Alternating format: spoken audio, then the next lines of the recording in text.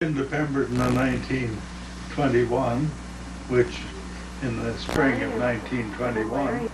And the reason we went in there was because my granddad Steinbrenner went up into Pemberton in 1910 and bought, or preempted, or whatever you do in those days, acquired, maybe that's the word, a few places.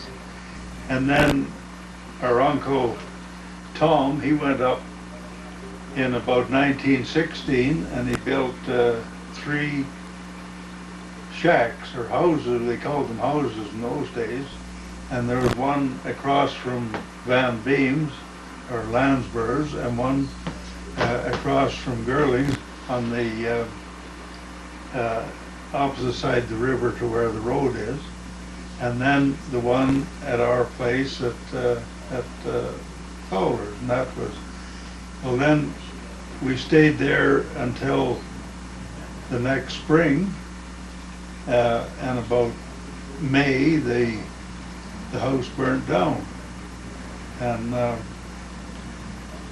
my dad, he went and got a tent from the Public Works, had tents around and so on, so we stayed in the tent the rest of the summer.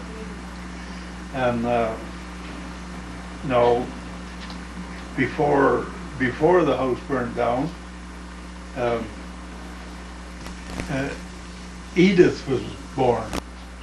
That was in 1922, and that was in January.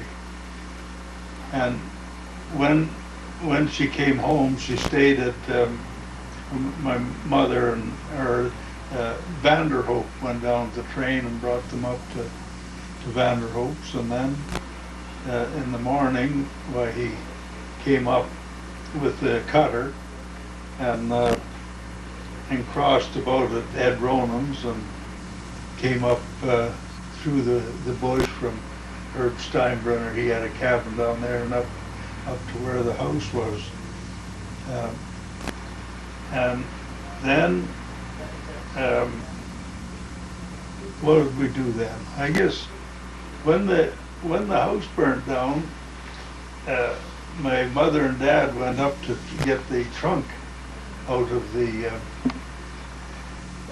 house, and you know, we were scared stiff because flames coming out and them in there, but they got the trunk and a few things down out of there. And then here we were with the house just about burnt down, and we had a pig, and the pig, it got at Edith's bottle and was sucking at that.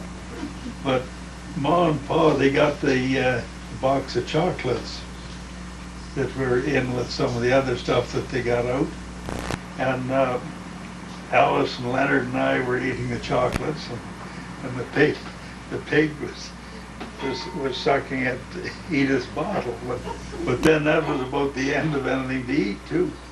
So when Paul went to get the tent, he got a little more grub too, and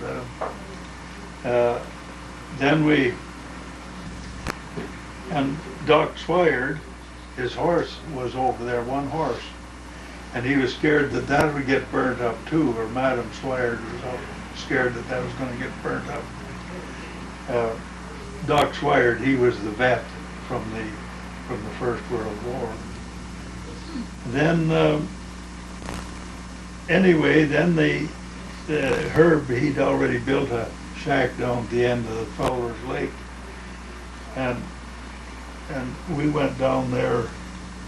Ma would go down there to cook bread, and then Paul and Herb, they built the house that's there now and is still there on the ranch, and it just sold here for a few months ago to a new guy, but Terry Jack had it before that, and then he sold it to some guy from Whistler. Yeah, some guy. Yeah, which had about $1.5 million or something like that. So that was your house, eh? Yeah, okay. yeah, and that one, when the logs were hewed on 3 sides, and we got moss from back behind the lake and the hill there, and you put the log down, and then you put moss on top of it, and then put another log on top of that, so that moss wasn't shoved in from the side or anything, it was shoved in. And then to hold it together, we had hazelnut bushes were, about 1.5 inches in diameter, and there's quite a few hazelnut bushes around there. And you drilled a hole with an auger. I got the auger out there in the shed, and then you drive this nut piece down into there, and that would hold it from going sideways, because you had to cut the windows out and so on, so that's what held it up straight. And there's always a curve in those hazelnuts, so if you wanted to hold the log out a bit or in a bit or keep it right where it was, well then you put the bend of the pole down the hole so it held it in the right place. Yeah. So then now to get across there, we had to go by canoe to cross the Lillooet River. That was our transportation. Then we got another canoe, so that made 2. But this one canoe, the first one was made by Uncle Herb Steinbrunner and my dad, and that's the one that's in the history, early history of BC, and it's in the centerfold of that book there. And that's the one that's on the wall there. And there's my dad in the back, my mother, and then Alice and me, and Leonard and Edith, and Peggy the dog. Now, in this book, this history of BC, Shirley put it in. That's her youngest sister, and she said that the canoe was made by the Indians, but it sure wasn't. It was different one altogether than that, but made out of cottonwood. And then after that picture, there was 3 more. There was Tommy, Laurie, and Shirley. Now, I don't know. Do you want a picture of that canoe? We can get that after. Yeah, you get that after. Anyway, then in about 1927, they got mining up in the Tenquil area and the Birkenhead area and so on, and they put in the ferry. They put in the ferry over at our place. They had one down below at Jack Ronan's, which was to be for us, and for Jack Ronan down was preemption, across from Joe Ronan's and down to Al Fraser's was where Jack Ronan had. But that ferry didn't serve either one of us very good. It didn't serve us worth a darn. And so anyway, the Crown Mountain, they put in the Crown Mountain ferry, and my mother, she was the ferryman. No, that isn't correct, because you can't have man, so you'd have ferry person, I guess, or something like that, wouldn't you? Nobody cares now. Yeah, they don't care. But anyway, she was the ferryman anyway, and took over horses and cows and people, because the trail went from there up to Tenquil and up to Barbers Valley. The Tenquil Trail. Yeah. It's still there now.